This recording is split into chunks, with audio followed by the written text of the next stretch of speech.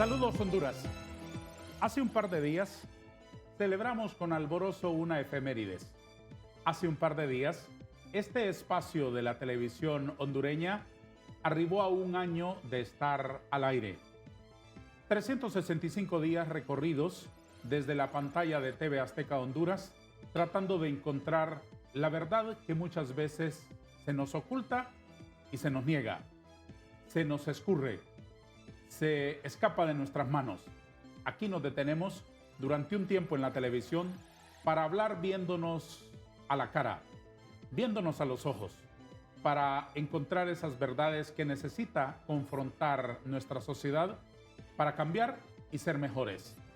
Desde TV Azteca queremos contribuir con una opinión pública responsable, ampliamente informada y además de que tenga información, tenga conocimiento, sepa por qué pasan las cosas, sepa entender cómo podríamos atisbar mejor el futuro, cambiando nosotros mismos y cambiando nuestras decisiones como integrantes de una sociedad.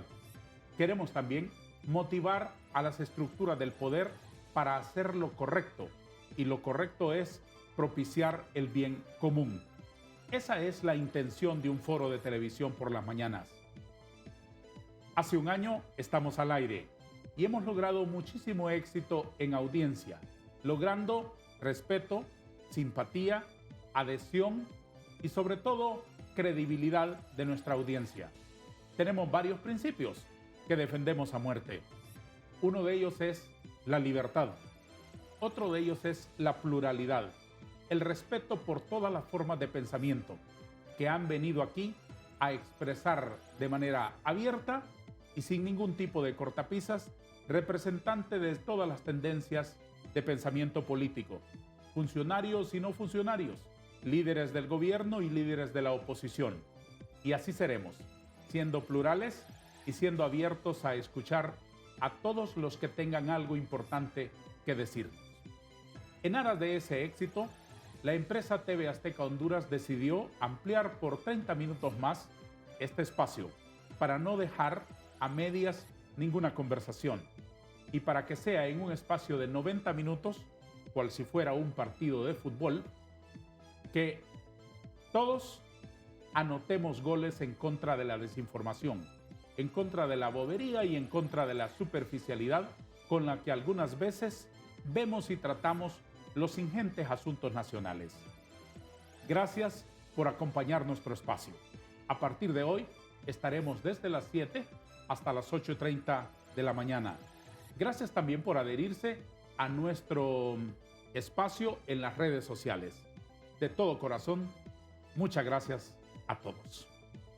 Hoy vamos a escudriñar qué ocurre en el Congreso de la República con las fuerzas políticas y trataremos de encontrar respuesta a una pregunta que nos inquieta. ¿Es posible lograr acuerdos sobre grandes asuntos nacionales? ¿Es posible que nuestros representantes del pueblo en la Cámara Legislativa hablen de algo más que repartirse pasteles? Uno de los invitados de nuestro foro, el doctor Marco Eliud Girón Portillo, diputado del Partido Libertad y Refundación por el departamento de Francisco Morazán, se encuentra con nosotros en el plató. Doctor Girón, es un gusto recibirlo en nuestro foro. El gusto es mío, licenciado Darío Vanegas, muchas gracias por la invitación. Y pues aquí estamos a sus órdenes y a las órdenes también del público que nos ve. Le agradezco la gentileza. Diputado Girón, el régimen ha recorrido 50% del camino. ¿Cuál es la valoración que hace usted? Bueno, la valoración yo prefiero que lo haga el pueblo hondureño, pero no voy a evadir su pregunta, obviamente, ¿verdad? Pero es importante que el pueblo se dé cuenta de todo lo que ha ocurrido en estos 2 años. Mire, son 24 meses, han ocurrido muchas cosas. Obviamente no tenemos una varita mágica para mejorar rápidamente, precisamente cuando durante 12 años, aunque el expresidente Pepe Lobo dice que no lo mencionen a él, que digan solo los 8 años, pero no, fueron 12 años del Partido Nacional, Tengo entendido que tiene invitado también a un miembro del Partido Nacional acá, ¿verdad? Y cuando él venga, pues que rebata. 12 años de destrucción del Estado de Derecho. En primer lugar, lo primero que nosotros estamos haciendo es reconstruir ese Estado de Derecho, la democracia. Eso es muy importante en todos los aspectos de la vida social y política en Honduras, porque estábamos despedazados, sin institucionalidad. Era prácticamente una Honduras sociedad anónima.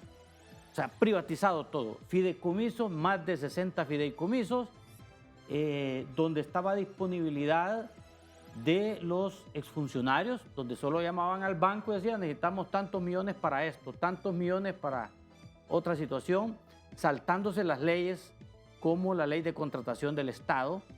Claro, muchas cosas lo hacían rápidamente, ¿verdad? Pero eso se prestó para mucha corrupción. Y una de las cosas que hicimos en el Congreso Nacional fue eliminar la ley de secretos. Todo era secreto aquí en nuestro país. La tasa de seguridad era secreto, de ahí se compraban fragatas que costaban millones. ¿Se acuerda que le compraron una a Colombia, le compraron otra a Israel? Y pues la gente ha sido muy suspicaz, ¿verdad? Bueno, ¿y para qué ocupan esas fragatas? No estamos en guerra. Pues se especulaba que era para otra situación. Se compraron aviones, que ahí está un avión presidencial que lo queremos vender, que está sin papeles. No tiene, está ilegal ese avión. ¿Cómo lo va a vender? No se sabe claramente cómo vino al país, porque se decía que lo había donado Taiwán. Resulta que no, que lo pagaron de la tasa de seguridad, pero andan detrás de esos papeles para poder venderlo. Situaciones que se han hecho es, aunque sea muy difícil para el pueblo hondureño percibirlo, es el combate contra la pobreza, principalmente en el área rural. Mire, vamos a tener la producción de frijoles y de maíz más grande de los últimos 15 años, porque se dio el bono tecnológico, se le dio la semilla mejorada, los fertilizantes que están por las nubes después de la guerra de Ucrania y Rusia. El pueblo se le recuerda, Rusia y Ucrania son los mayores productores y exportadores de fertilizantes. Y eso ha hecho una gran producción de maíz y frijoles, que eso es lo que comemos nosotros aquí en las ciudades de los campesinos. Pero también para transportar esos alimentos a la ciudad se necesitan buenos caminos. Y la presidenta tomó la decisión de dar una partida presupuestaria para caminos productivos, para que los alcaldes, el liderazgo local, sin importar el color político, pudieran arreglar esas carreteras para que los campesinos trasladen sus alimentos a las ciudades, los cafetaleros trasladarlos. Hay un bono cafetalero también, hay un bono ganadero también, que vamos a tener buenos frutos. También hay muchos avances en infraestructura. Carreteras, usted ha visto que ya se está construyendo la carretera de Danlí a Palestina, a Patuca, en el oriente del país. Mire, yo pasé por esa carretera hace como unos 25 años. Yo vi las estacas puestas ahí que iban a pavimentar esa carretera que pasa por un río lindo, pasa por esos pueblos allá a llegar a Palestina, ¿va? Que en ese entonces no había ni luz en Palestina, ahora ya, yo no he ido, ¿va? Pero ya hay luz ahí. Es un polo de desarrollo ese lugar y ahora ya se está construyendo esa carretera. O sea, se había presupuestado hace 20, 25 años muchas veces y no se hacía, hoy se está haciendo. Carreteras en Olancho también, la que va de Limones a salir allá, pasa por todos esos pueblos, El Rosario, La Unión, Salamá, hasta llegar a Yamama, ya se está construyendo. Carreteras como la Ruta Lenca, de Ciguatepeque, pasando por Jesús de Otoro, a Intibucá y más adelante, ya se está haciendo.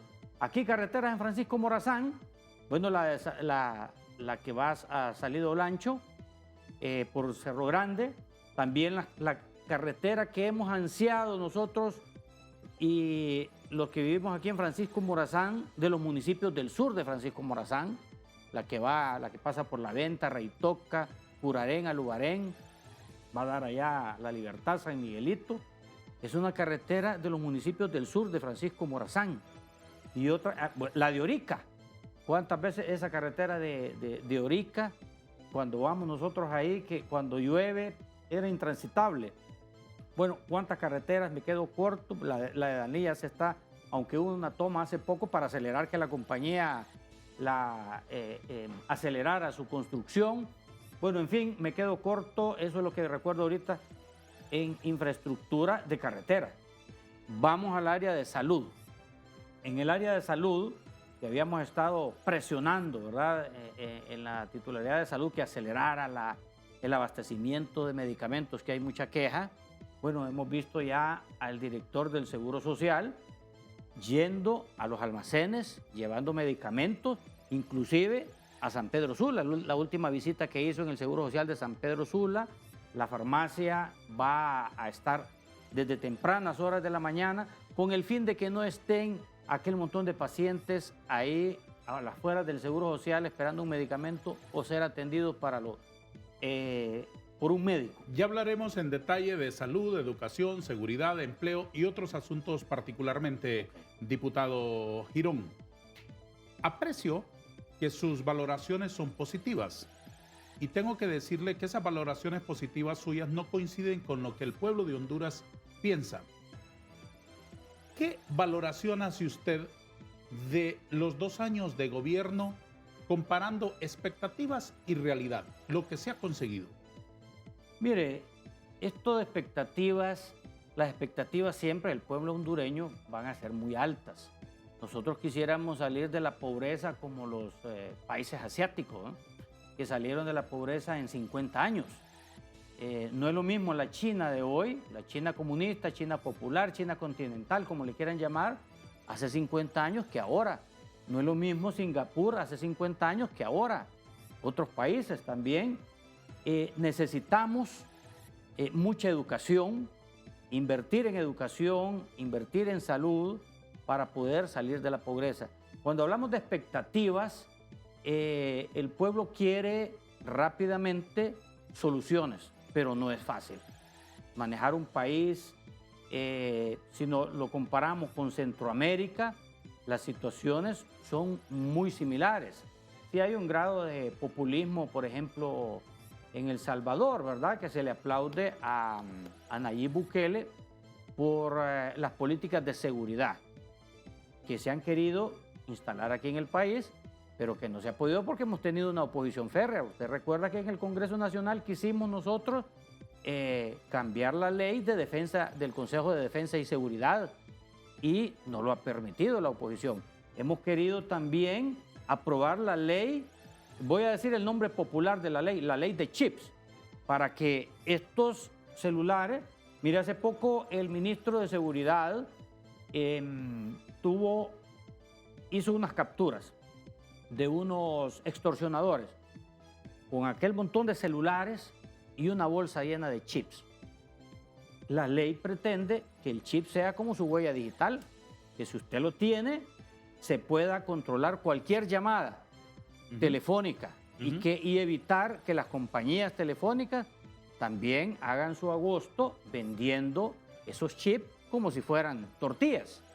Y eso va a mejorar la seguridad. O sea, hay buenas intenciones, pero también hemos tenido una oposición obstructiva y no constructiva, que no quiere que el gobierno de Libertad y Refundación, que no aceptan que hay una tercera fuerza que esté en el poder, han estado obstaculizando muchas leyes. Entonces, si hablamos de percepción, podría ser que el pueblo hondureño está desesperado de que haya tortilla en su mesa y poco a poco se va a ir llegando a esas medidas. No es de la noche a la mañana, en 24 meses después del descalabro financiero, porque ahorita yo le aseguro que si hubiera ganado el Partido Nacional las elecciones, que gracias a Dios no fue así, en este momento en el Congreso Nacional nos estuvieran recetando paquetazos, aumento de impuestos para pagar los huecos y las deudas que dejaron en la tasa de seguridad, por ejemplo. Deudas enormes en los fideicomisos. La mayoría, en vez de tener dinero ahí guardado, heredamos muchas deudas que estamos pagando. 55.000 millones de lempiras el último año de deuda. Diputado Girón, ¿en qué ha mejorado la calidad de vida de los hondureños en 2 años? Cosas concretas.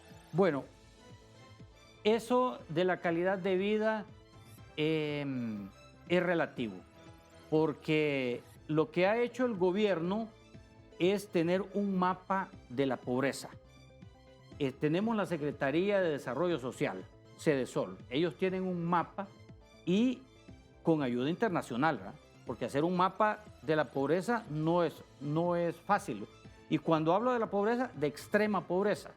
Por ejemplo, ellos han entrado a municipios, a aldeas, donde hay gente muy pobre y donde ahí sí se tiene que llevar alimento, además de llevar toda la ayuda, el bono tecnológico, los caminos productivos, llevar brigadas médicas.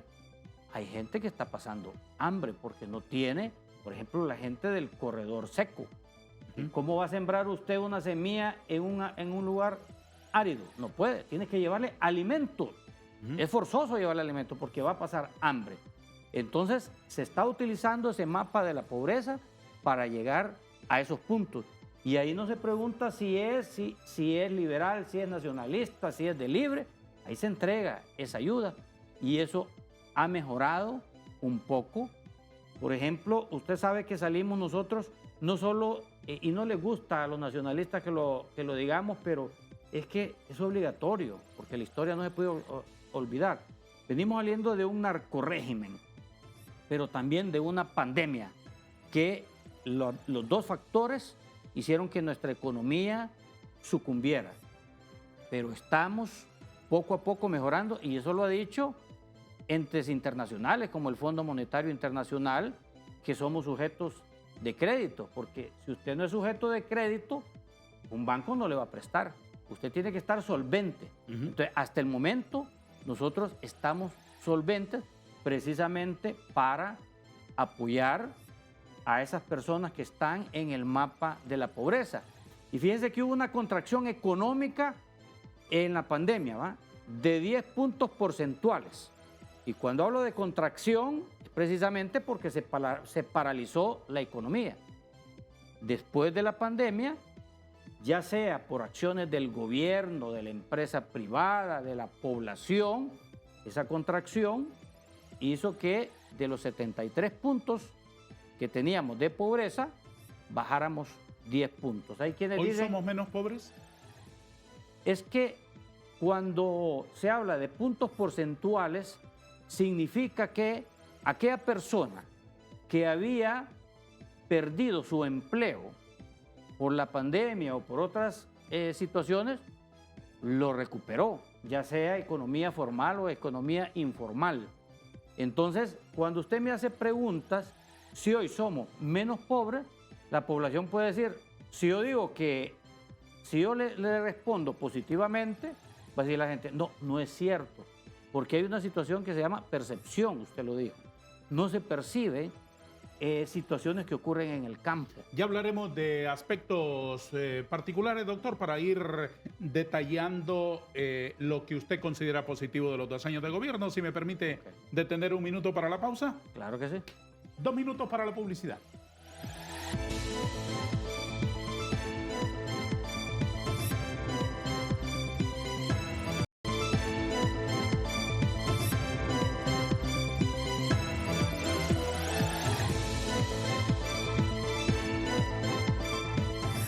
Agradezco mucho la incorporación a nuestra conversación de esta mañana del honorable diputado del Partido Nacional, don Eder Leonel Mejía Laínez. Es un gusto recibirle, diputado. Muchas gracias, Darío, por este espacio. Compañero Elio, saludarlo al pueblo hondureño que nos ve a través de este medio de comunicación, y estamos aquí con el ánimo de seguir aportando nuestras valoraciones políticas con el único propósito de que a Honduras le vaya bien. Le agradezco mucho. Ya le pregunté al doctor Girón y le escuché amplia y respetuosamente sus opiniones. Deme la suya sobre el 50% del recorrido del gobierno en este periodo constitucional. Bueno, la realidad, nosotros como bancada del Partido Nacional, lo que hicimos fue recoger el sentimiento de la población y emitimos un comunicado a los 2 años del gobierno del Libre, y escuchando lo que la gente piensa en la calle, lo que la sociedad piensa en estos momentos, y el pueblo hondureño es el que sufre las consecuencias de un buen gobierno, de un mal gobierno. ¿Qué Entonces, opina usted?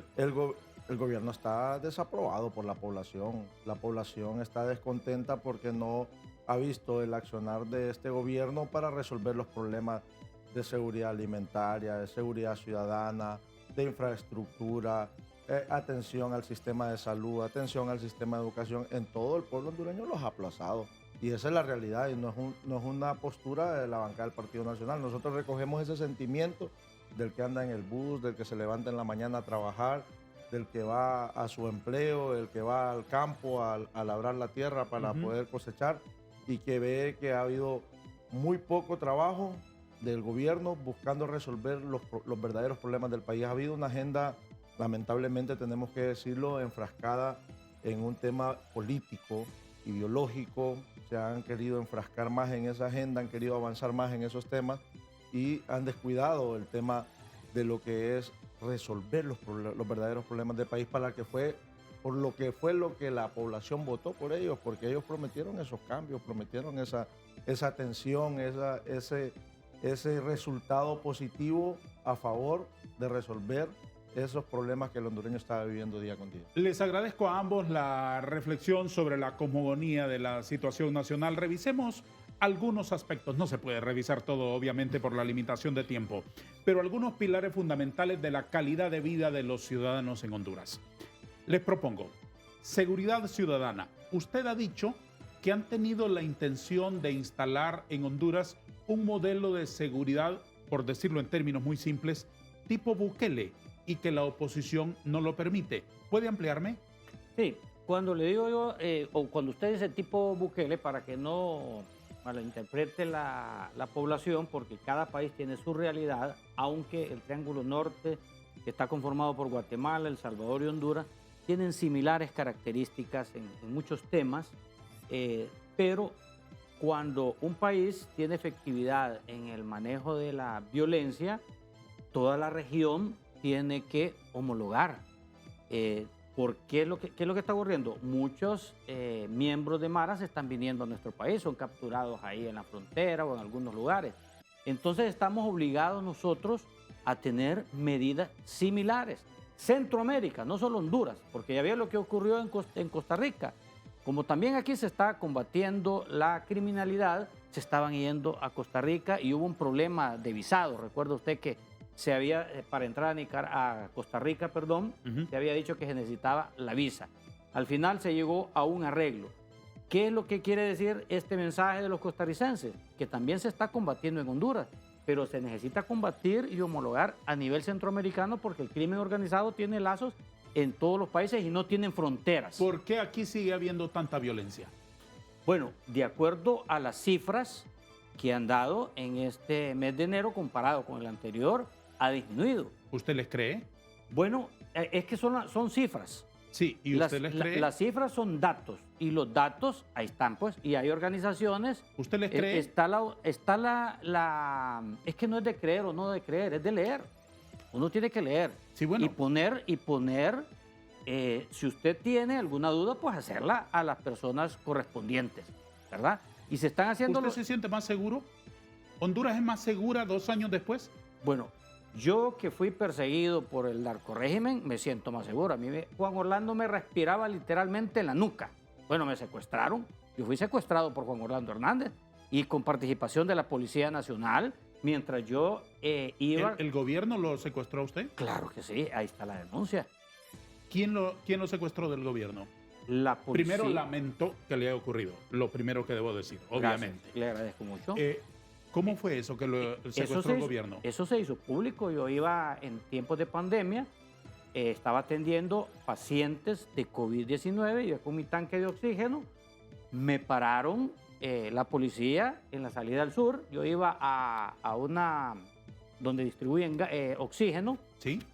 Me pidieron mi documentación, ni siquiera me la tomaron, sino que le tomaron una fotografía y la mandaron. Y dijeron, ahí mismo, pues, tengo entendido que al comando de la policía.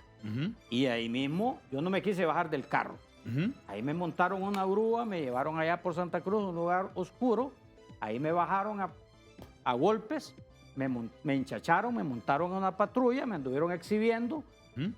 Luego fui al Core 7, ahí me metieron a una celda. La policía. La policía me sacó de la celda para tomarme una fotografía. Querían una foto mía con un rótulo, Sí, como todo detenido. como delincuente. Y como yo me negué, porque ¿y por qué me van a tomar una foto si yo no soy delincuente? Y me llamaron a 10 encapuchados y me pegaron una cachimbeada, me quebraron los lentes, quedé inconsciente y nunca obtuvieron la fotografía. Después ¿Y de qué lo acusaban? me acusaban de haber amenazado a un taxista. Y el taxista nunca apareció. Nunca apareció y, O sea, que ese evento no no ocurrió. era taxista. Era un carro fantasma, era un taxi fantasma, blanco, recuerdo yo. Pero nunca llegó a la persona y resulta que, porque él puso los datos, después investigaron y era miembro de la Fuerza de Seguridad del Estado. Entonces usted nunca amenazó a nadie. No, jamás, jamás. Eso Entonces la captura no tenía sentido. no, fui liberado a las 24 horas, pero en el Seguro Social. ¿Y por qué dice usted que esa fue una orden del presidente de entonces? Bueno, porque cuando el policía, cuando no lograron tomar la fotografía, llegaron varios policías de alta jerarquía Ujú. y le dijeron, a los policías que me golpearon, les dijeron, y ustedes son unos inútiles. Si lo único que piden para este señor es una fotografía. Eso es lo que está pidiendo. Entonces le pregunté yo, ¿y quién pide eso? Porque me había dicho, vos no te querés tomar una foto, me dice, porque vos sos político. Yo he estado 12 años en política. ¿No? Ujú. Entonces yo le respondí, es que la orden que la está dando es un político. Por esa experiencia personal, ¿aduce usted que hoy estamos mejor? No, es que usted me preguntó mi percepción. Sí. Mi percepción, que yo me siento seguro, más seguro que el narcorrégimen que había, que perseguía, que mataba, que habían escuadrones de la muerte, que en mi casa también, y tengo fotografías de eso, ahí está, lo puede buscar en YouTube, que mi casa también fue rodeada por escuadrones de la muerte. La alta incidencia de muertes, particularmente de mujeres, que se ha incrementado notablemente en los 2 últimos años, ¿no lo hace cambiar de opinión? ¿Estamos mejor? No, es que lo que yo le dije, y se lo repito al inicio, que nosotros en el Congreso Nacional, y aquí pido el apoyo para el diputado Eder Mejía, que aprobemos leyes. Hay 2 leyes pendientes para la seguridad de Honduras. Una es la ley de chip para evitar y controlar la extorsión que sale desde las ¿Por cárceles. qué no camina eso? Hace tiempos está eso ahí. Porque la oposición no ha querido colaborar con los votos. Nosotros solo somos 50 votos. No han querido y es una ley para combatir ¿Cuál es la otra? la extorsión. Y la otra es la ley del Consejo de Defensa y Seguridad, que hay que cambiarla. ¿Qué quieren cambiar del Consejo Nacional de Defensa y Seguridad? Bueno, ahí en primer lugar estaba la ley del Consejo Nacional de Defensa y Seguridad, que lo manejaba Juan Orlando Hernández, era prácticamente, no era para darle seguridad a la población. Esto era para el control político, social de la comunidad. ¿Y hoy cómo es- quieren que esa reforma, la ley de ese consejo, repercute en la seguridad ciudadana? Bueno, eso hay que revisar la ley. Y mire, en primer lugar, lo que se le debe de dar es mayor protagonismo a la prevención del delito. Eso es muy importante. O sea, por eso se llama policía preventiva. Ujú. Y lo que tenemos es una policía reactiva. Hasta después, lo que hace la policía, con el respeto, yo respeto mucho a la policía, pero la policía nada más lo que llega es a poner un cordón amarillo. Y eso no es la función de la policía. La función de la policía es prevenir el delito. Entonces, la ley va encaminada a la prevención y acciones para prevenir el delito. En resumen, diputado Girón, el ministro de Seguridad dice todos los días, vamos bien. ¿Usted lo acompaña en ese predicamento? Bueno, que hemos mejorado en el tema de seguridad, claro que sí. ¿Usted qué Recuerde, opina, diputado solo Mejía? permítame, antes de terminar, de darle la palabra. Recuerde que estamos bajo un régimen de excepción parcial, no nacional, y eso ha logrado controlar la delincuencia. Y en eso sí, quiero decirle que el Partido Nacional nos ha acompañado. Creo yo que ha votado a favor de este régimen de excepción territorial. Diputado Mejía, ¿ha mejorado Honduras en seguridad ciudadana? Claro que no, Darío. Yo creo que debemos de vivir la realidad.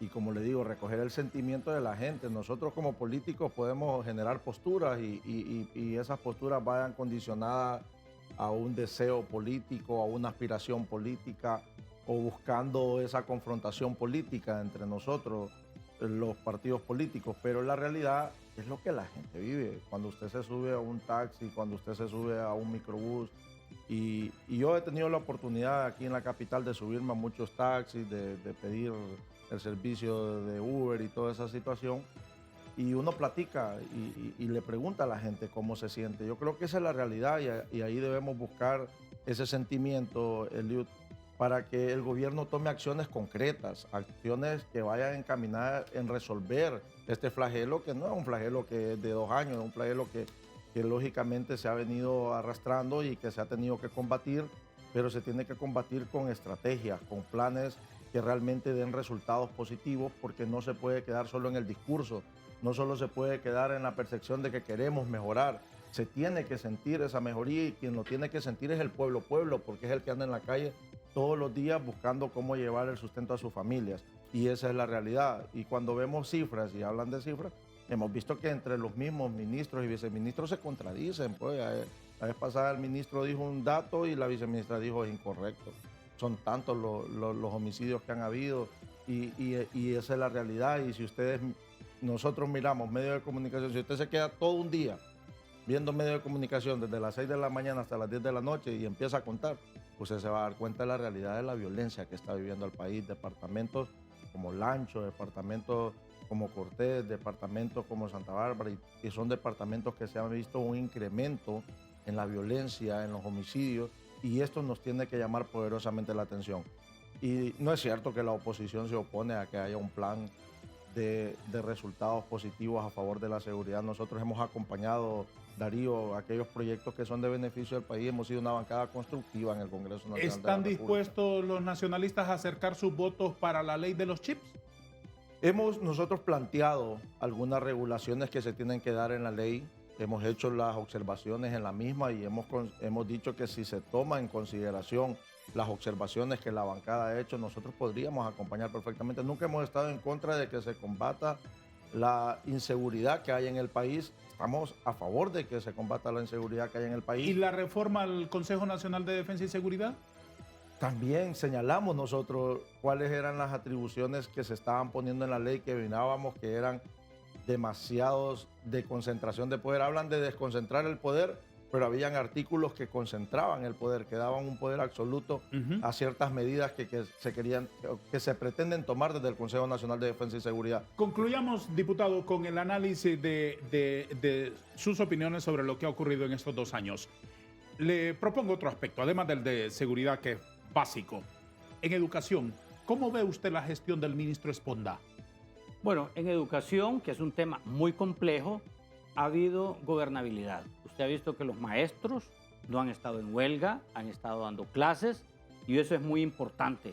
Usted recuerda en los tiempos de Pepe Lobo que los pasaban en la calle permanentemente, el gobierno de Juan Orlando Hernández pasaban en protesta, y es difícil llegar a gobernabilidad con un gremio tan fuerte, tan organizado, con tantos colegios magisteriales que hay y que los maestros estén dando sus clases. ¿Qué más aprecia bueno? Se les ha cumplido. Vamos a empezar porque son 3 puntos básicos ahí, ¿verdad? En educación, los maestros, los alumnos y los padres de familia que representan a la población. A los maestros se les ha cumplido, ha sido dificultoso, ¿verdad? Pero se les ha cumplido en aumento de salario, ¿verdad? En el presupuesto está. Otra situación es que recibimos nosotros, de acuerdo a las estadísticas de la Secretaría de Educación, aproximadamente 12,000 escuelas destruidas, abandonadas. Ya llevamos cerca de 3,000 escuelas reparadas y la meta son reestructurar 12,000 centros educativos. No lo podemos hacer con nuestro presupuesto, pero para eso tenemos una ayuda no reembolsable de aproximadamente arriba de 300 millones de dólares de la República Popular de China y vamos a alcanzar esa meta de la reparación de 12.000 escuelas. ¿Qué Eso más? es muy importante. Ya se abrieron, el Partido Nacional había cerrado las normales, que son las escuelas donde se educan los maestros. Y ahora que hemos abierto, por ejemplo, la normal de Danlí, de Vía Ahumada en Danlí, ahora va a ser una normal bilingüe. O sea, vamos a sacar maestros bilingües. Pero además de eso, hay un programa intenso, grande, de parte de Cedesol, de becas estudiantiles desde primaria, secundaria, universitaria y que se da sin distingo de color político e inclusive se está ampliando para que salga alguna gente de algunas carreras o especialidades que necesitan para el país, que se les está dando becas también. Después me explica los otros aspectos. Solo deme un número, una calificación. De 1 a 10, ¿con cuánto califica los 2 años del ministro Esponda?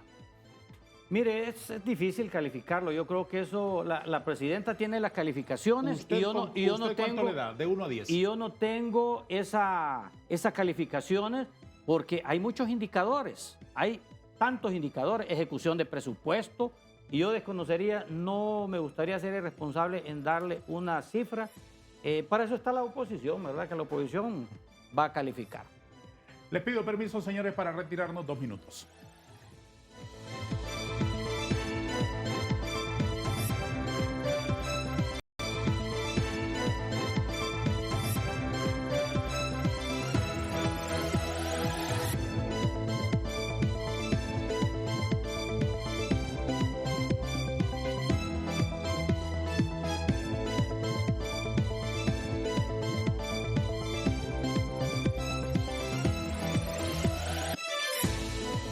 Diputado Girón, ¿qué se ha hecho en 2 años por restaurar el Estado de Derecho? Muy importante eso. En primer lugar, para restaurar el Estado de Derecho, ganar las elecciones con una contundente victoria. 1.7 millones de personas votaron un narcorrégimen y eso es muy importante. Luego de eso, los 3 poderes del Estado, por ejemplo, el cambio de la Corte Suprema de Justicia, muy importante, que la Corte anterior dejó mucha duda, mucha deuda también jurídica, y eso es muy importante. Se eligió una Corte Suprema de Justicia sin pagar un centavo. De hecho, miembros de la oposición dijeron que en la elección de la Corte anterior habían llegado carros de valores a repartir dinero, y eso no es construir Estado de Derecho. Se eligió una Corte Suprema de Justicia, que por ahí andaban un globo sonda de que la Sala Constitucional quería no haber rotación. Ya la presidenta de la Corte Suprema ha dicho que se va a respetar el reglamento interno. Eso es muy importante. Otra situación es que tenemos nuevo fiscal general y nuevo fiscal adjunto de manera interina, pero lo tenemos. Y hemos visto cómo durante esos 10 años que estuvo el anterior fiscal fueron un desastre, y lo que han hecho estos fiscales no ha sido más que abrir las gavetas y encontrar esos expedientes que habían estado dormidos, los desempolvaron y judicializarlos. En otros aspectos, el Poder Legislativo acaba de elegir a una nueva junta directiva. Si bien es cierto, al inicio hubo una crisis legislativa, pero esto ya se compensó hace unos días, que se eligió con 73 votos a toda la junta directiva, y eso es muy importante. Agradecer a la mayoría de los diputados del Partido Liberal que nos apoyaron y a otras bancadas que nos apoyaron para conseguir esos 73 votos para elegir una nueva junta directiva. Y hay otros aspectos también en el Poder Ejecutivo, el quitar los fideicomisos a los bancos, porque para que la población entienda así rápidamente lo que es un fideicomiso, es como que usted que nos está viendo en su casa, que su sueldo se lo dé a su vecino para que su vecino se lo administre, y que además que le administre, le cobre para eso. Eso es un fideicomiso. Le entregaban el dinero a un banco, el banco lo administraba. El quitar esos fideicomisos ha sido también volver al Estado de Derecho. El quitar las sedes también, aunque estamos pendientes de una resolución de la Corte, y en el Congreso Nacional nos hizo falta lo que es la ratificación en una segunda legislatura, pero eso ha detenido a que se siga vendiendo el país. Y eso es soberanía y tiene que ver mucho con el Estado de Derecho. Diputado Mejía, ¿el Estado de Derecho ha sido fortalecido en estos 2 años? Bueno, yo voy a aprovechar a referirme con el tema de educación, porque es bien complejo escuchar a Eliud decir una cosa cuando él lo escuchamos en muchas opiniones anteriores pedir hasta la cabeza del ministro Esponda, ¿verdad? Porque no estaba haciendo bien su trabajo en educación. Entonces, esperamos que le vaya bien y que haga un buen trabajo, porque es que cuando la oposición sale al frente y cuando la oposición es constructiva, Eliud, no es que queremos que le vaya mal al gobierno, que vos dijiste que aquí estaba la oposición para dar las cifras en contra del gobierno. No, no es eso. Estamos para decir las realidades de lo que no se está haciendo desde el gobierno y que se debe de hacer, porque para eso es la oposición política, es el balance, el que tiene que cuidar esos aspectos de que el gobierno no pierda esa ruta que prometió en la campaña y que nosotros le tenemos que hacer saber al pueblo hondureño qué acciones se están haciendo bien y qué acciones se están haciendo mal dentro del gobierno. Esperamos que en el tema de educación haya un verdadero plan, que no se busque. Se han frenado por parte de los padres de familia pretensiones de incluir en la currícula escolar, el tema de género en la currícula escolar. Se ha frenado eso y hemos sido testigos de que ha sido la sociedad la que ha salido a expresarse que está en contra de que eso suceda en el sistema de educación, y esperamos que esas cosas vayan bien. En el Estado de Derecho, Darío, definitivamente los golpes han sido exagerados, extremos, fuertes en contra del Estado de Derecho por lo que va de este gobierno, iniciando con un 2022 en enero, un golpe técnico al Estado de Derecho, a la institucionalidad como lo es el Congreso Nacional de la República, al imponer una junta directiva sin los votos, y que esto permitió que se generara un ambiente de inseguridad jurídica en el país enorme que alejó la inversión. No se pudieron generar empleos durante todos estos 2 años porque se creó ese ambiente de que si esas decisiones que se estaban tomando en el Congreso eran correctas, estaban dentro del marco jurídico, dentro del marco de la legalidad y la legitimidad, porque Eliud es de las personas que no votó por esa junta directiva. Por ejemplo, aquí no es que estoy atacando al compañero, nada por el estilo, estoy poniendo la realidad, el contexto de lo que sucedió, y ante esa realidad se han venido tomando decisiones en el Congreso Nacional que realmente han afectado el Estado de Derecho. Se aprobaron derogaciones de decretos sin contar con los votos. Se mandó a publicar un decreto sin aprobarse el acta. Dijeron que el acta no era importante, que era un trámite de mero estilo, que no era algo que contemplaba, y buscaron todas las opiniones jurídicas para justificar esos golpes a los procedimientos legislativos que ya están establecidos, tanto en la ley orgánica como en la Constitución de la República. Ante todas esas realidades, realmente el Estado de Derecho sí ha tenido un impacto negativo en este gobierno, y que nosotros como oposición política hemos hecho ese llamamiento a que todas las acciones que se tomen dentro del Poder Legislativo garanticen la legitimidad y la legalidad, porque si vamos a señalar las cosas que se hicieron mal en el pasado, es para corregirlas, es para hacerlas mejor, o es para hacerlas bien. Hoy, ¿hay independencia de poderes? Definitivamente no lo hay. No lo hay. Vemos que hay una afinidad, un control que se quiere tener absoluto por parte de los que gobiernan. Lo que criticaron anteriormente lo están tratando de imponer, de implementar, de tener todo alrededor de lo que son las figuras políticas de su partido de gobierno, y no están buscando esa independencia de poderes. Diputado Girón, la Junta Directiva del Congreso, que antes le parecía ilegal, ¿hoy le parece legal? Sí, ya se legalizó hace unas semanas con participación de 73 votos, o sea, mayoría simple, y ha quedado totalmente legalizada, ya que el discurso de que era una junta directiva ilegal ya quedó en el pasado, y ahora hay que seguir viendo hacia adelante y no cometer los errores, como dice el compañero Eder, del pasado, ¿va? El Partido Nacional descabezó a 4 magistrados de la Corte Constitucional. Eso fue un zarpazo al Poder Judicial, y solo quedó uno que fue el que estuvo a favor de las sedes, que fue otro zarpazo también a la soberanía nacional, vender el país. Todas esas cosas no se han hecho. La reelección ilegal, eso ya ha dicho el coordinador general del partido, Manuel Zelaya Rosales, que ninguno de la familia Zelaya se va a postular a un cargo de elección popular porque lo prohíbe la ley y la reelección sigue siendo totalmente ilegal, y mientras no haya una reforma constitucional va a seguir siendo ilegal la reelección. ¿El Congreso es independiente? Claro que sí, gozamos de independencia, los poderes son independientes Sí, pero y eso es una teoría, diputado, no me dé teoría del Estado. ¿El Congreso actual No, es que no es a usted, es independiente? Es que no es a usted, es al pueblo hondureño que yo lo estoy diciendo, porque yo sé que usted fue diputado. ¿El Congreso actual ¿verdad? es independiente? Claro que sí, se lo estoy diciendo. ¿Va? Lo que ¿Usted pasa qué es que usted dice? quiere escuchar otra cosa. No me diga eso. No me diga eso. Yo quiero escuchar su opinión. Por eso, pero Nada entonces, más. yo se lo estoy diciendo y usted me Sí. está diciendo... No. Le repito la pregunta para que no me contestes con esa malcriadeza. No, yo no, Yo no sé, estoy, no no estoy es- diciendo malcriado con usted, yo le estoy diciendo la verdad. Yo le digo Sí. que me parece que sí. Sí. Y usted me dice... Aprecio su opinión. No la he comentado. ok. No la he comentado. Bueno, pero aclaro que no ha sido ninguna No la- malcriadeza no- de mi no- parte. no la he- Si usted lo toma como malcriadeza, eso es una opinión suya que yo Sí, respeto pero también. no la he comentado. No comento su opinión.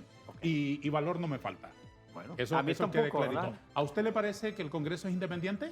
No, la verdad que los intereses están plegados y ligados a los intereses de Casa Presidencial. Es una realidad.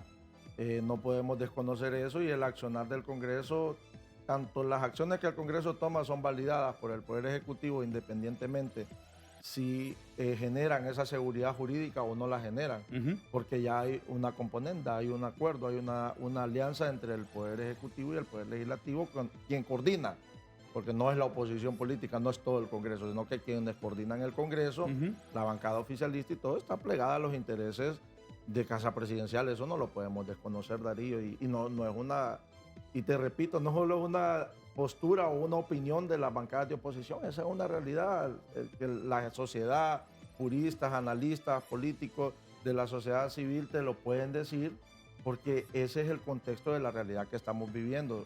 Esperamos que exista una agenda realmente que venga a contribuir en el desarrollo del país, que el Poder Legislativo tenga esa capacidad Ujú. de tomar decisiones y llevar temas a la palestra de la Cámara Legislativa para apoyar y beneficiar al hondureño que está esperando resultados positivos. Pero aquí la agenda, si aprobamos en el Congreso 5, 6, 7 dictámenes, el 95% vienen de Casa Presidencial, los que se han aprobado, el 95%. Ujú. Entonces, esa es una realidad. Entonces, cuando vos ves eso, sí es complementario, pero los intereses están más ligados a una agenda del Poder Ejecutivo que a una realidad del Poder Legislativo. Diputado Girón, ¿qué le parece a usted el más reciente informe de Transparencia Internacional que desnuda que este país es de los más corruptos del mundo?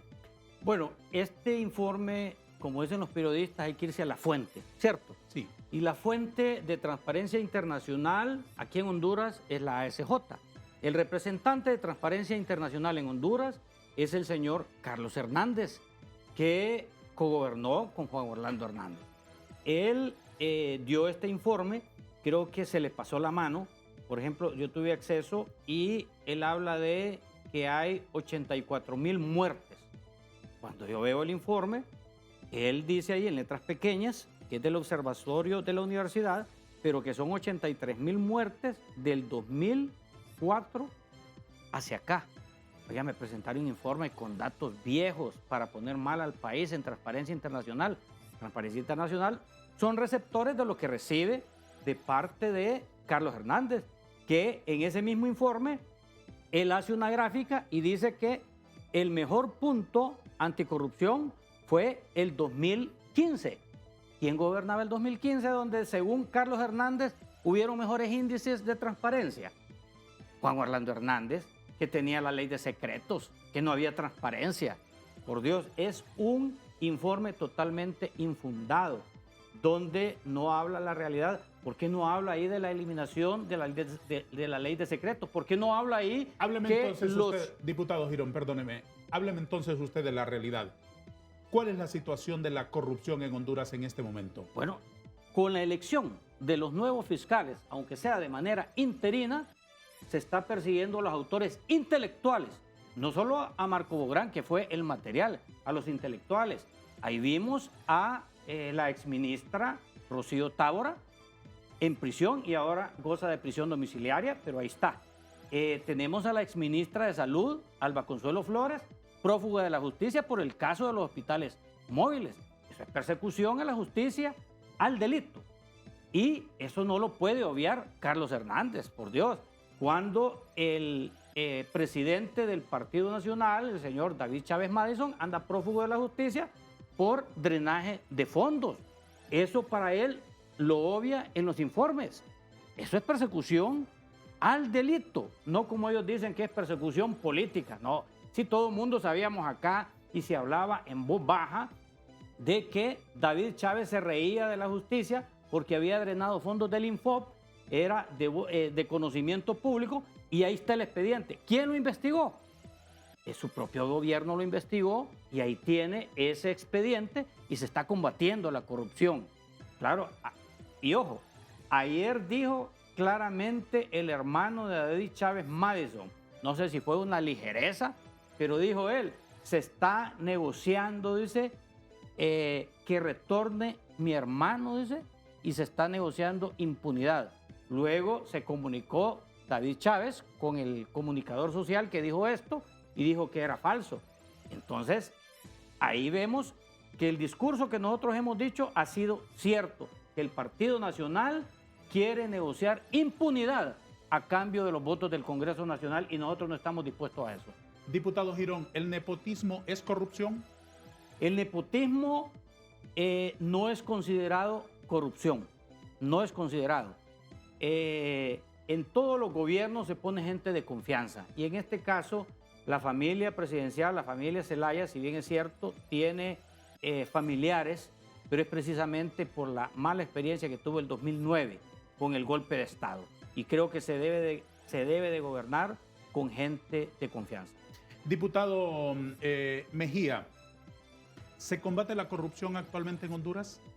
Mire qué irónico, Darío, que cuando antes, vámonos unos 3, 4 años atrás, se presentaban estos informes, todos los compañeros del Libre lo retuiteaban, lo aplaudían, lo ponían en sus páginas de redes sociales y hacían esos llamamientos y esas opiniones críticas y señalaban contundentemente y le daban esa fortaleza a esos informes.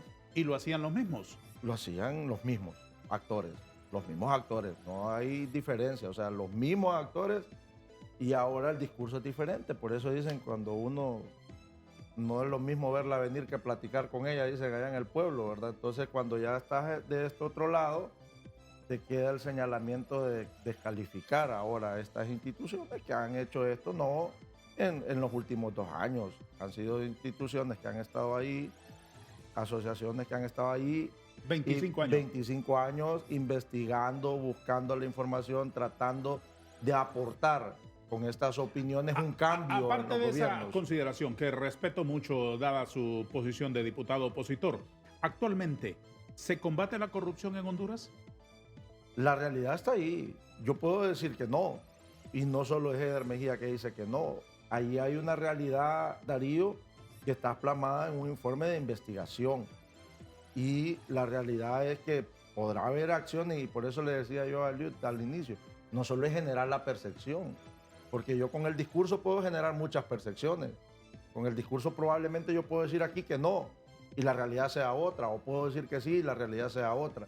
Entonces, en ese sentido, yo sí creo que debe de haber un plan más concreto, pero cuando usted tiene un gobierno que de entrada se aplicó un pacto de impunidad, entonces dice usted cómo está combatiendo la corrupción.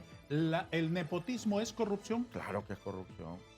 Vamos a una pausa. Señores, nos separamos 2 minutos para que tengan la palabra nuestros anunciantes.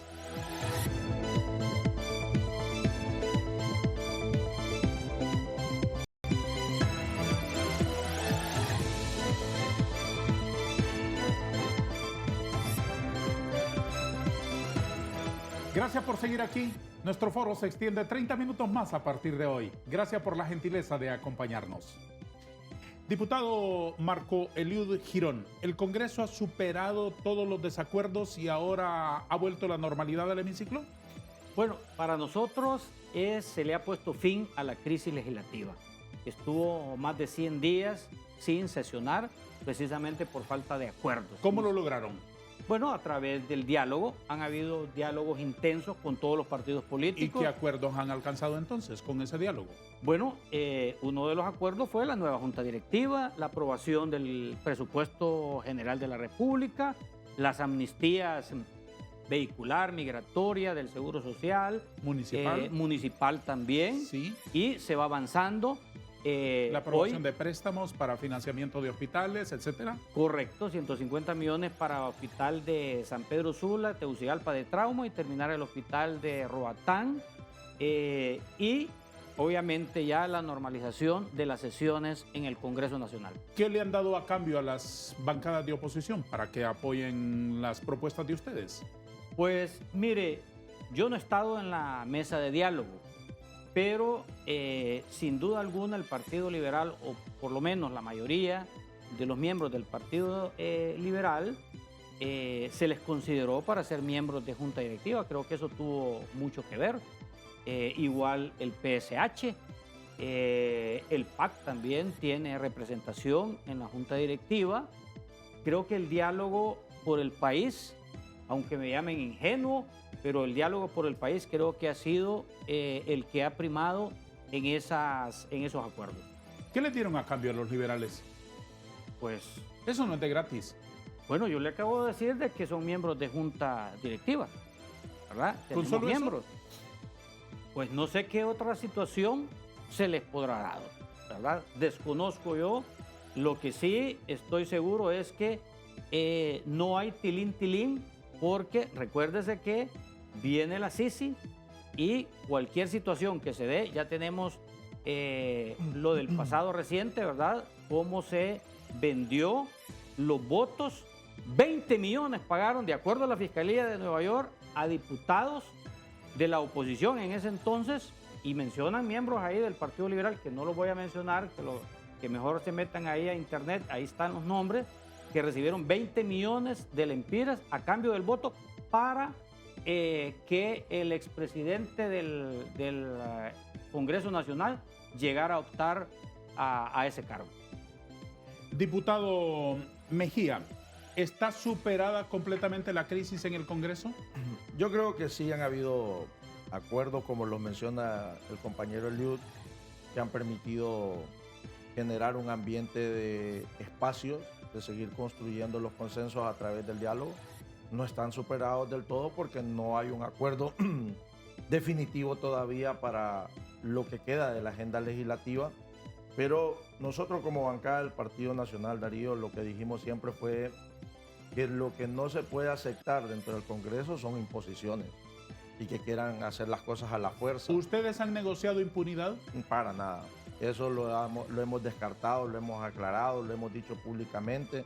Nosotros hemos estado en una oposición, no la bancada del Partido Nacional sola, hemos hecho un bloque de oposición, las bancadas en el Congreso Nacional, tanto del Partido Liberal como del PSH, en busca de cuidar el Estado de Derecho. ¿Se resquebrajó ese bloque de oposición? No, fíjese que algunos compañeros cambiaron de criterio dentro de la bancada del Partido Liberal y se fueron alineando Qué bonito lo dice. al diálogo. Cambiaron de criterio. Sí, cambiaron de criterio.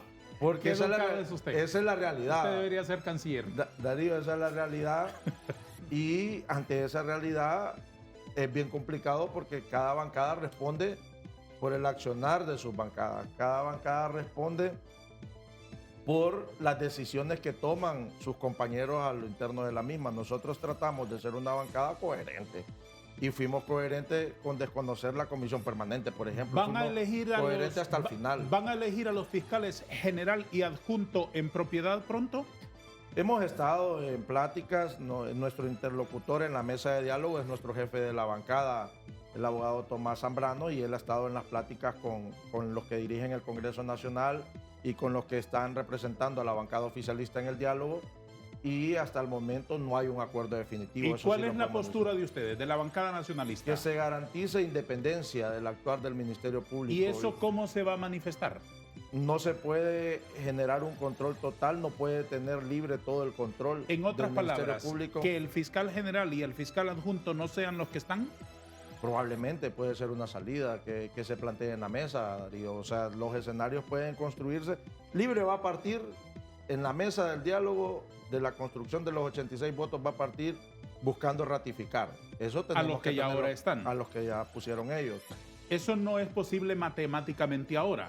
Matemáticamente pues no tienen los 86 ¿Y votos. cuál es la postura de ustedes para acompañar una votación sobre el Ministerio Lo Público? expresaba el jefe de la bancada del Partido Nacional, que lo hemos hablado, lo hemos dicho a lo interno de la bancada, es que no puede tener libre todo el control del Ministerio Público. Debe de haber representación de la oposición.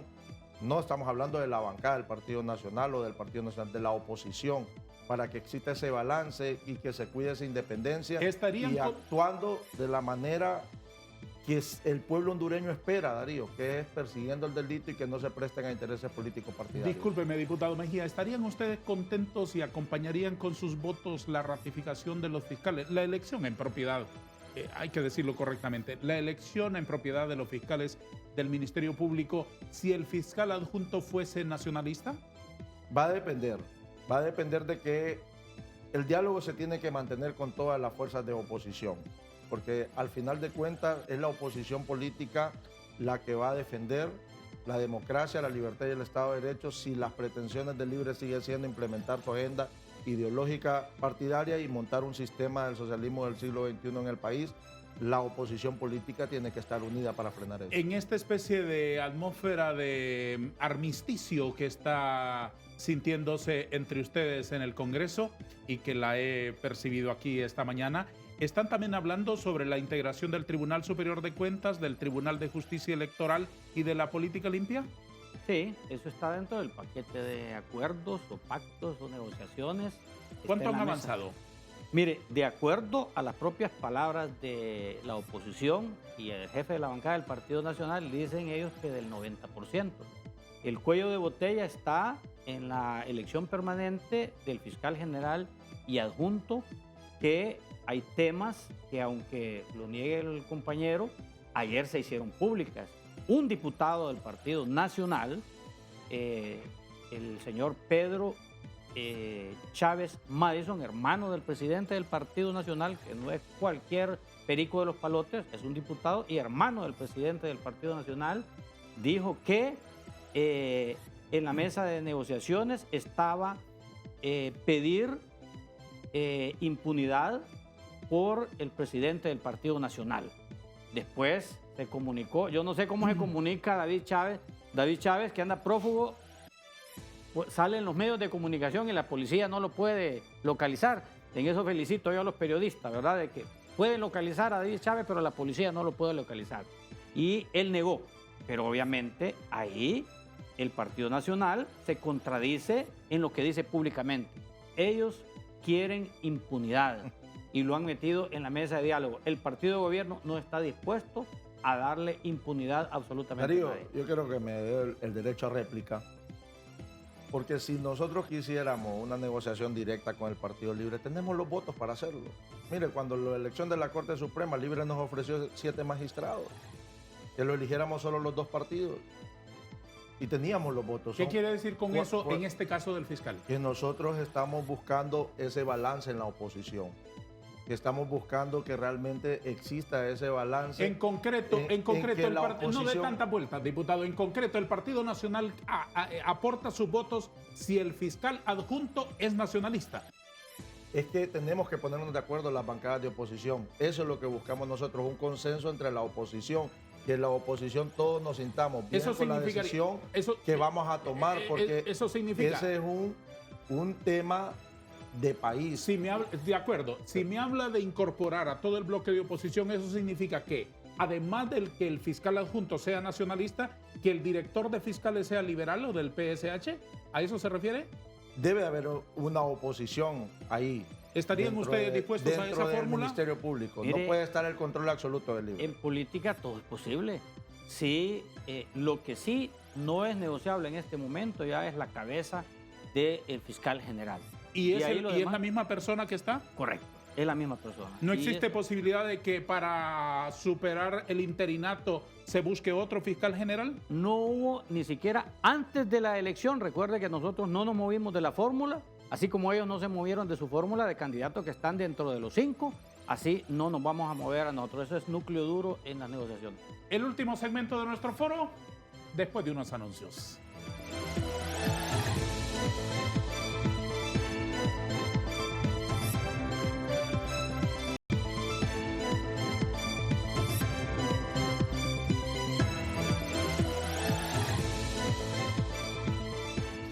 ¿Es posible lograr acuerdos en el Congreso sobre asuntos nacionales de más calado, aprovechando que ahora han empezado a entenderse repartiéndose pasteles?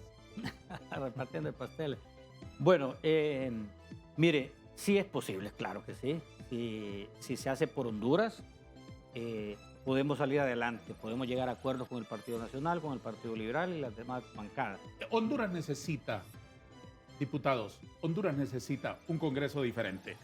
Un Congreso donde se vean reflejados los problemas de la gente, de la vida real de la gente. Han estado trabados en discordias por agendas que básicamente le interesan a los políticos. La agenda de los ciudadanos debe ocupar un papel importante en el Congreso. ¿Está usted de acuerdo conmigo? Mire, no del todo. ¿Por qué razón? En la agenda ha habido situaciones que favorecen al pueblo hondureño.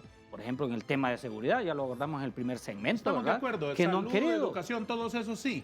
Pero Claro. necesitamos ver, desde la ciudadanía estoy hablándole, un Congreso preocupado por llegar a acuerdos sobre asuntos graves del país, sobre asuntos de los ciudadanos. ¿Es posible lograr esos acuerdos? Mire, es que pasa para fortalecer la democracia, es que fortalecer la democracia es combate a la pobreza también. No puede haber un país sin democracia. Y en el mundo se ha comprobado, los países altamente democráticos son los que salen mejor de la pobreza.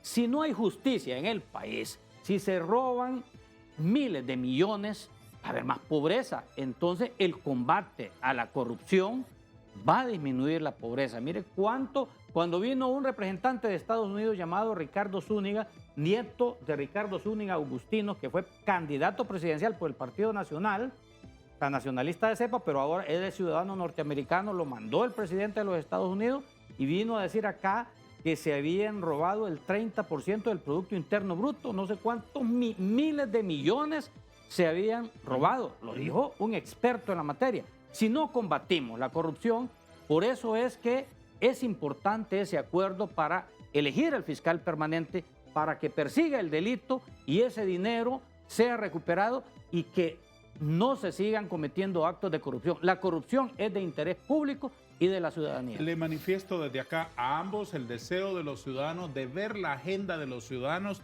en la agenda del Congreso. Tenemos 5 minutos nada más. Quiero aprovecharlo para pedirle su opinión sobre otros tópicos de la actualidad. ¿Qué opina el inicio del juicio contra Ho en Nueva York? Bueno, que él está tratando de dilatar el juicio. Él tiene esperanzas, bueno, tiene derecho a tener esperanzas. Se ha dicho que él quiere esperar que gane Donald Trump, que le va a dar un indulto. Él no quiere estar junto con el Tigre Bonilla ni contra su primo Mauricio Hernández Pineda, ex oficial de policía metido en narcotráfico. Creo yo que cualquier estrategia que haga, ha dicho sus defensores que ya no lo quieren defender. Creo que eso es de compadre hablado, cuando Raymond Colón dice y Juan Orlando le dice, no, este señor es incapaz y él no responde, uno se defiende. Al no defenderse, el propio defensor prácticamente es de compadre hablado para alargar el juicio. ¿Qué sensación le produce a usted ver a un expresidente de Honduras sentado en el banquillo de los acusados? Mire, mucha vergüenza ajena, porque no se ha dado en el mundo un presidente extraditado por narcotráfico. ¿Y usted, diputado Mejía? Bueno, yo primero solidarizarnos con la familia del expresidente Hernández porque sabemos que es una situación compleja, difícil, lo hemos dicho nosotros como bancada del Partido Nacional. Lo que esperamos es que se le den todas las garantías en este proceso. Un juicio de esta magnitud merece que se le den todas las garantías y que se le respete una legítima defensa. para que él pueda demostrar su inocencia. Esa es la labor que él y su defensa tienen para el bien de él y de su familia y el bien del país, como lo dice Marco Liu, porque al final de cuentas está en juego la imagen de país, está en juego lo que se ha querido vender, si es o no es la realidad de las acusaciones que se le hacen al expresidente Juan Orlando Hernández. Y lo que podemos decirte es eso, Darío, que se le respeten todas las garantías, que tengan todas las garantías para una defensa de un juicio de esta magnitud. ¿Qué repercusiones tendrá ese juicio en el Partido Nacional? El Partido Nacional es un partido que en la última elección tuvo alrededor de 1.300.000 votos aproximadamente, con un liderazgo de 142 alcaldes, 44 curules en el Congreso Nacional de la República.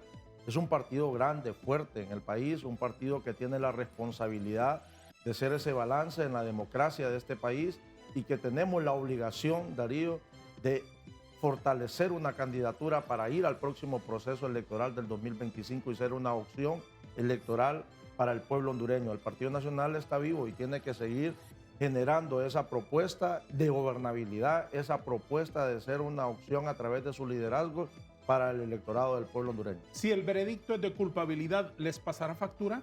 Algunas consecuencias, lógicamente, no podemos desconocer que el presidente, al pertenecer al Partido Nacional, van a tratar de generar esa agenda de desprestigio al partido, pero el partido lo conformamos 1.300.000 hondureños y dentro de esos 1.300.000 hay liderazgo de hombres y mujeres que quieren hacer el bien por este país, que quieren trabajar con propuestas en beneficio del país, generar una política pública de desarrollar a Honduras, de sacar a Honduras adelante.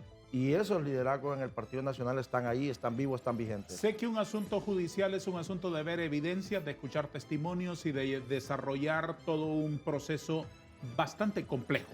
No digamos si se trata de una acusación de esta magnitud, pero en juicios, en competencias de toda naturaleza y hasta en el deporte, todos jugamos de alguna manera a ser pronosticadores. ¿Usted qué pronostica? No, esperamos que si se dan todas las garantías, el presidente pueda demostrar su inocencia. ¿Usted cree que es inocente? Yo creo que tiene todas las posibilidades de demostrarlo, la inocencia de él. ¿Hay narcopolíticos de todos los colores? Creo que sí.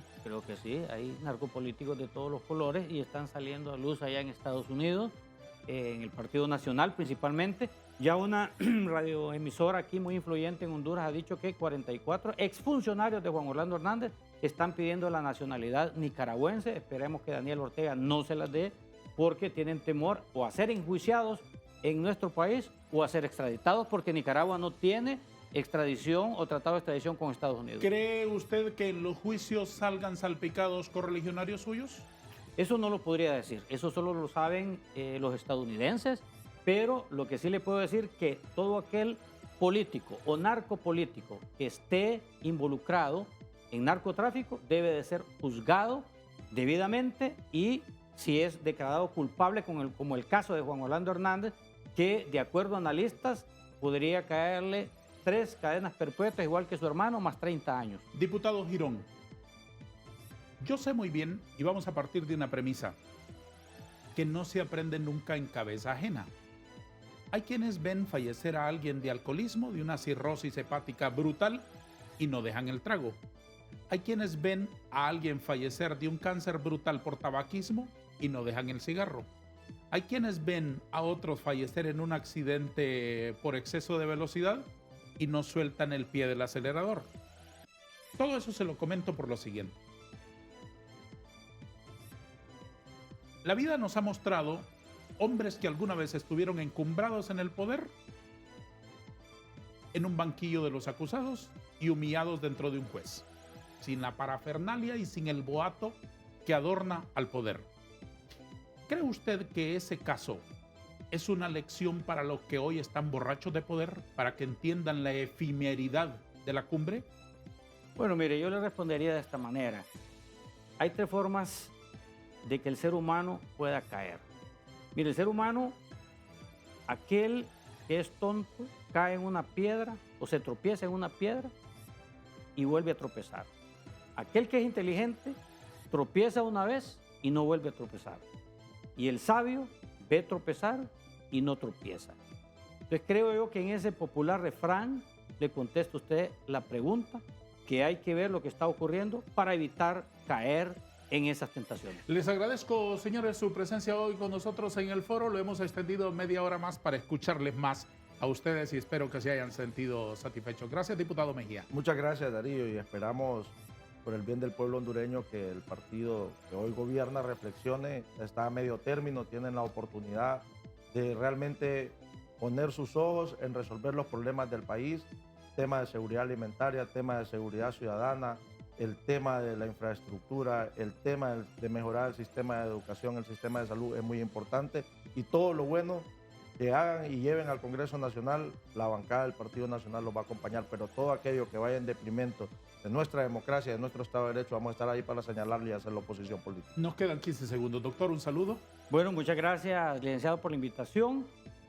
Creo que el pueblo hondureño está viendo las obras buenas que está haciendo este gobierno en todos los temas: educativo, salud, infraestructura, y vamos por más. Y quiero decirles algo, tenemos la presidenta Xiomara Castro como una mujer honesta e íntegra, y así será la tónica de este gobierno. Muchas gracias por la invitación. Gracias a ambos. Marco Eliud Girón Portillo y Eder Leonel Mejía Laínez, diputados del Congreso de la República, del Partido Libertad y Refundación y del Partido Nacional en esta ventana plural. A todos, muchas gracias. Adiós.